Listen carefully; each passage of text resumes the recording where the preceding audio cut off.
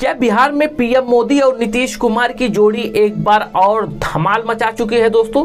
क्या बिहार विधानसभा चुनाव में नीतीश कुमार की कूटनीति एक बार और काम कर गई दोस्तों? नीतीश कुमार जी की वो कूटनीति जिसमें वो 10-10 हजार रुपया महिलाओं के खाते में देना और सीधा 400 रुपए से 1100 रुपया कर देना जो वृद्धा पेंशन था। और दोस्तों नतीजा ये हुआ कि जब चुनावी नतीजे सामने आए तो इसमें एनडीए दोस्तों जब तक मैं वीडियो बना रहा हूं करीब 200 सीटों पर अपनी मजबूत पकड़ बना चुकी है। कहा जाए 200 सीटों पर भारतीय जनता पार्टी ने बिहार में अब तक की जो रुझान निकल कर आ रहे हैं दोस्तों 200 सीटों पर भारतीय जनता पार्टी ने जीत हासिल कर चुकी है, जबकि बिहार में 243 सीटों पर चुनाव हो रहा है। यह कहा जाए नीतीश कुमार जी की वो कूटनीति बिहार में एक बार और काम कर गई। फिलहाल दोस्तों बिहार के चुनाव को लेकर संजय सिंह जो आम आदमी पार्टी के सांसद हैं, उन्होंने भारतीय जनता पार्टी को लेकर और चुनाव आयोग को लेकर क्या कुछ कहा है, आप उनका वीडियो देखिए। मैं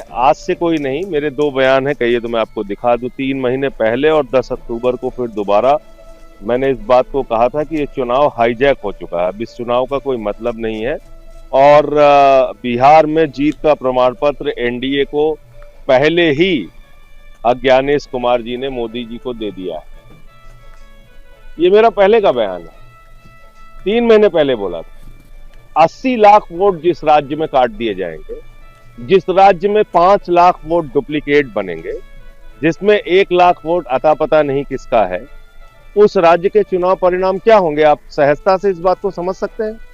तो आज पूरी एनडीए को और मोदी जी को जाके ज्ञानेश कुमार को बधाई देनी चाहिए, उनको मिठाई खिलाना चाहिए, उनका माल्यार्पण करना चाहिए कि ज्ञानेश कुमार जी आपकी कृपा से हम लोग बिहार जीत गए। यही हुआ है।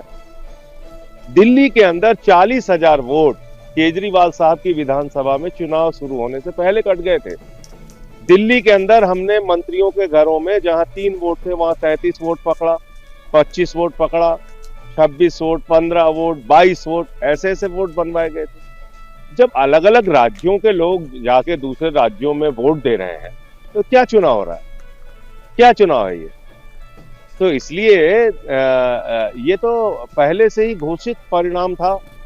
आज उसका इंतजार कर रहे थे हम लोग कि 14 तारीख कब आएगी और कब ये सब चीजें हम लोग देखेंगे, लेकिन बोल मैंने पहले दिया था। दरअसल राजद पार्टी के एक वरिष्ठ नेता हैं मनोज झा, दरअसल उनका यह कहना है कि अभी रुझान आगे पीछे चल रही है और इसमें यह तय नहीं किया जा सकता कि दरअसल एनडीए गठबंधन की सरकार बनेगी या आरजेडी की सरकार बनेगी। बहरहाल हमने कई बार ऐसे देखा है कि रुझान पक्ष में आते आते विपक्ष में भी चला जाता है। तो दोस्तों मनोज झा जो राजद पार्टी के एक वरिष्ठ नेता है, उन्होंने मीडिया वालों से रुझान को लेकर बिहार विधानसभा चुनाव को लेकर क्या कुछ अपनी बातों को रख रहे हैं, आप भी उनका वीडियो देखिए। आपके समक्ष और आपके माध्यम से तमाम महागठबंधन के जो हमारे उम्मीदवार हैं अलग अलग इलाकों में, उनसे ये कहना चाहेंगे कि एक मनोवैज्ञानिक खेल भी चल रहा है। जो तमाम ओपनिंग हुई है उसका अगर सिलसिला आप देखें तो जाहिर तौर पर जो उनके जिसको कहते हैं मजबूत पक्ष वो खुले हैं। 5 से 7 राउंड एवरेज हुआ है, एवरेज। और अभी कम से कम अभी हमने गणना की कि 65 से 70 ऐसी सीटें हैं जहां 3 से 5 हजार का मार्जिन है, लेस देन दैट। इसलिए सबसे ये उम्मीद होगी, तकरीबन 25 राउंड की गिनती होती है। आप डटे रहें और सुनिश्चित करें कि आखिरी राउंड तक जीत का प्रमाण पत्र लेकर के ही आप निकलें। यही आपके माध्यम से हम कहना चाह रहे हैं। इस तरह इस कदर स्लो है। अगर आप इसी की वेबसाइट देखें, मैं कॉन्स्टिट्यूएंसी के नाम गिना सकता हूं जहां आगे 7 राउंड हुआ, अपडेट 3 राउंड तक का हो रहा है, 2 राउंड तक का हो रहा है। तो ये यकीन के साथ कह रहे हैं कि 60 से 70 सीटें बहुत लोअर मार्जिन में है, लो हैंगिंग फ्रूट के रूप में है।